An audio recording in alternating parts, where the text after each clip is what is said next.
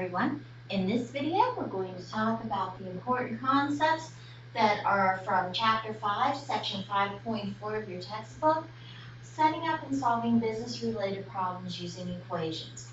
Now, many students find this particular task very difficult to do in math. Word problems kind of make people nervous, but if you remember, we've gone through some important steps that will help you when it comes to setting up word problems. And your textbook has a real nice overview of the steps that you should try in order to be able to set this up.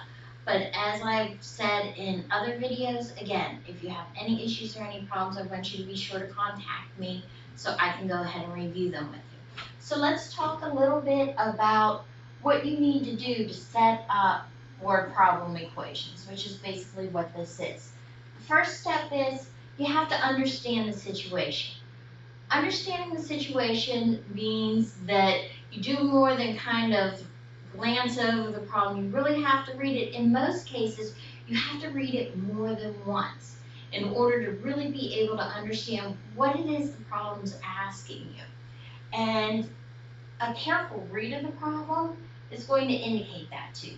Also, to keep in mind in the various examples that are in your textbook, gives you every type of example problem that they may be asking you in the chapter review exercises as well as the final exam. So you want to make sure you review all of them. I'm not going to go through all of them because, again, it's thought that you probably have had some of this background already, but if not, this is going to be very helpful to you. And I have additional resources that you can also look at, but try not to worry too much. Just think the problem through, read it carefully. Next, take inventory. We've already been working on separating your knowns and unknowns, your numbers, your variables. Write them down. Get some idea of what information you have. What is it that you need to know? So you want to write that down. There's nothing wrong with that. Once you have an idea of what the variables are versus your numbers, what a problem should equal, go ahead, indicate that as part of your problem. Jot it down. The next step, you want to make a plan and create an equation. We've done that where we've had both written expressions and then written equations, and how to go about doing that is actually reading the problem. If you remember, we talked about the chart on page 131 of your textbook. An excellent tool to use as you start to go through, start to underline those relationships. Is it twice the amount made in one day? Is it less than what was made in one day? Figure those relationships out. Underline the important words. Again, it'll help you to set it up. Once you do that, basically, you have to work out the plan. What does that mean? Solve the equation. And as I've told you in other videos, a lot of people will get an answer, they'll do the math, they'll get an answer, but then they kind of stop right there. And really what you need to do when you're solving equations, you have to take it one more step and check your solution. Sometimes people will stop, they'll get an answer that's incorrect. If they had taken the time to kind of see, does this make sense? Does this work?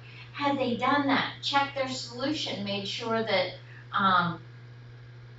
that the two quantities were equal or approximate their answer using some type of rounding, can help to be sure that what you are getting as a solution is a reasonable answer.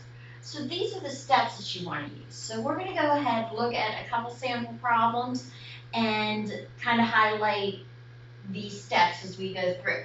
So first of all, this is coming from, again, your textbook, and it was talking about a particular car wash, and this car wash took in $360 less in wash revenue than in wax revenue, okay? Then in the next sentence, it went ahead and it told us that there was $920 in total sales. So what it was asking was, if we go through and we kind of understand we have, first of all, 2 different quantities that we need to consider. We have the amount in the wash sales, and we have the amount in the wax sales. So we're looking at two different aspects of the problem. Also, what we have is then we also have some total sales. So this is telling us I've got three pieces here that we're looking at. Wash, wax, we need a total, okay? Now, let's take a look, separate our knowns and our unknowns. Well, we know that in the wash sales, it was $360 less than wax sales. Do we know what the wax sales are? No. Not knowing what the wax sales are is our unknown. We're going to make that our X. We take a look. Do we know what our wash sales are? Well, we know it's $360 less than whatever the wax sales were. So we can go ahead and we can say, well, we have whatever they made in wax sales minus $360. Remember what I had said? When we were setting this problem up, we were looking at two aspects, or two different things. So we need two different quantities that we're working through. Next, what we also know is, we also know that we have an equals. So having that equal amount means that when put together their total sales, that word total is a very good indication that we're adding. So that gives us some idea of what we're doing. And when we add everything together, we need to get this amount, $920. So we know we have wax sales. We know that X minus $360 is our wash sales. But we have to add the total to kind of figure out what's going on. So we have X plus X minus 360 gives us 920. So what we've done here is we've made a plan, okay? We've made our plan and we created the equation. The next step, let's go ahead, let's solve the equation. Remember what I had said previously, that we have ones that are understood here. We don't write them when we're working algebra problems, but we know 1x plus 1x is going to give us 2x. So 2x minus $360 equals $920.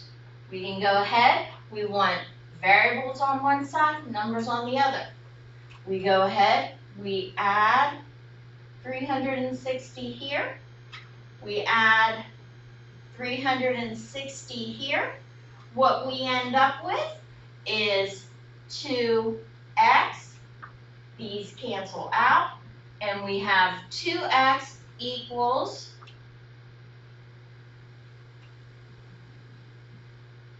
$1,280. As you remember, when we go ahead and we solve, whenever we have multiplication, we need to divide. So divided by 2, we end up with the amount of $640. Then we can take this, plug this in to the equation that we set up, and see if we get the same amount on both sides of the equal sign. If we do, we know we're correct. So this is just one way of playing a particular problem out. We went ahead, we followed the steps, and I can assure you if you plug this number in, you're going to get both sides equal. Let's look at one more type of problem. This is very similar. This also is in your textbook. We have the dynamic industries. They spend 1/4 of their total revenue on payroll expenses. So when we look at that, for last week, your textbook says they spent $5,000 on payroll expenses. So they're asking the question, what is the revenue? So we've got a couple of things going on here. We know that 1/4 of the revenue spent on payroll. So we've got total here we're wanting a total, okay? We know that for last week, the payroll was $5,000, okay? And we are looking for, forgot to write there, total. We want total revenue for the week, okay? So in order to figure that out, we know that we don't know what the total revenue is for the week. We only know what they spent on payroll, okay? And we know that payroll was 1/4 of the amount. So what we can do is we set up our equation. We get 1/4 x equals 5,000. If we go ahead, we want to get our variable by itself. To do that, we have to multiply by 4. When we do, these cancel out, and we get x equals 20,000.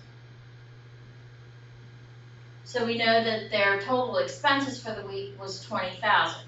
Also, if you think back when we talk about fractions in previous chapters, we know that 1/4 of 5,000, if we went ahead and we added 5,000 4 times, we would end up with 20,000. So everything does kind of come back to what we had learned previously. So this takes care of what you need to do for section 5.4, setting up these algebra problems. But again, questions, concerns, not sure how to do it, just contact me. We'll work through it together.